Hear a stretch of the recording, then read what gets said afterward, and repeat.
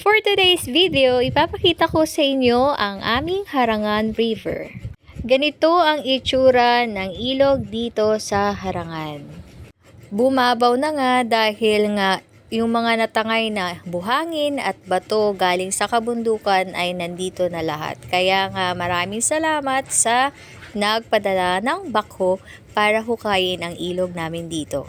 Maraming salamat po sa proyektong ito ng ating pinunong kataas-taasan at kagalang-galangan. Kung sino man po kayo, maraming salamat po. Ito ay malaking tulong at malaking bagay para sa lahat ng mga residente dito sa Jubil Tree Annex at pati na rin po dyan sa mga nakatira sa kabilang ilog. Natutuwa nga po ang mga kabataan at yan ay pinapanood nila kung paano po binabako yung mga buhangin at graba na galing sa ating mga kabundukan. Naging saksi po sila kung paano po hinuhukay ang mga buhangin at graba. Yan. Marami po sila dyan. Naaaliw sila sa kakanood. At ang ganda nga ng nahuhukay ng bako, yung mga graba at buhangin na galing sa kabundukan. Ayan. Yung mga doon sa side ay pinagtatambakan niya na po. At yan, hinuhukay na rin po yung dito bandang gitna. Ayan. Pati yung mga basura po na natatangay ay nahuhukay na rin po niya. At yan, yung sumunod na araw po ay binako na rin po yung bandang dulo na malapit po sa tulay.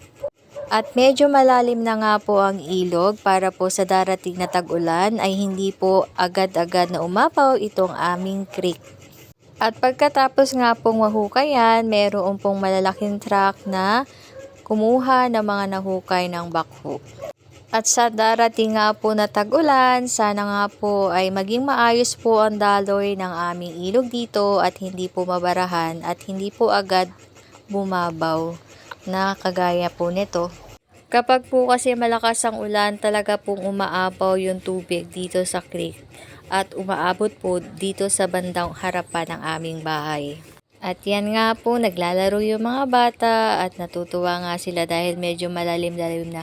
Pero kung ito ay napakalinaw, naku po, sigurado magtatampisaw na yung mga bata dyan. At yan na po lahat yung mga nahukay ng bakho at dadalhin na nga po yan ng truck mamaya-maya. Ang ganda po tingnan kapag malinis yung ilog, ayan, pati mga basura ay nabakho na rin nga po. Kung wala nga lang po mga baboyan doon sa unahan at mga junk shop, napakasarap po sana magtampisaw dyan. At yan na nga po ang itsura ng aming ilog ngayon. Maganda na po ang daloy ng baha. Yun lang po, maraming salamat sa panunood.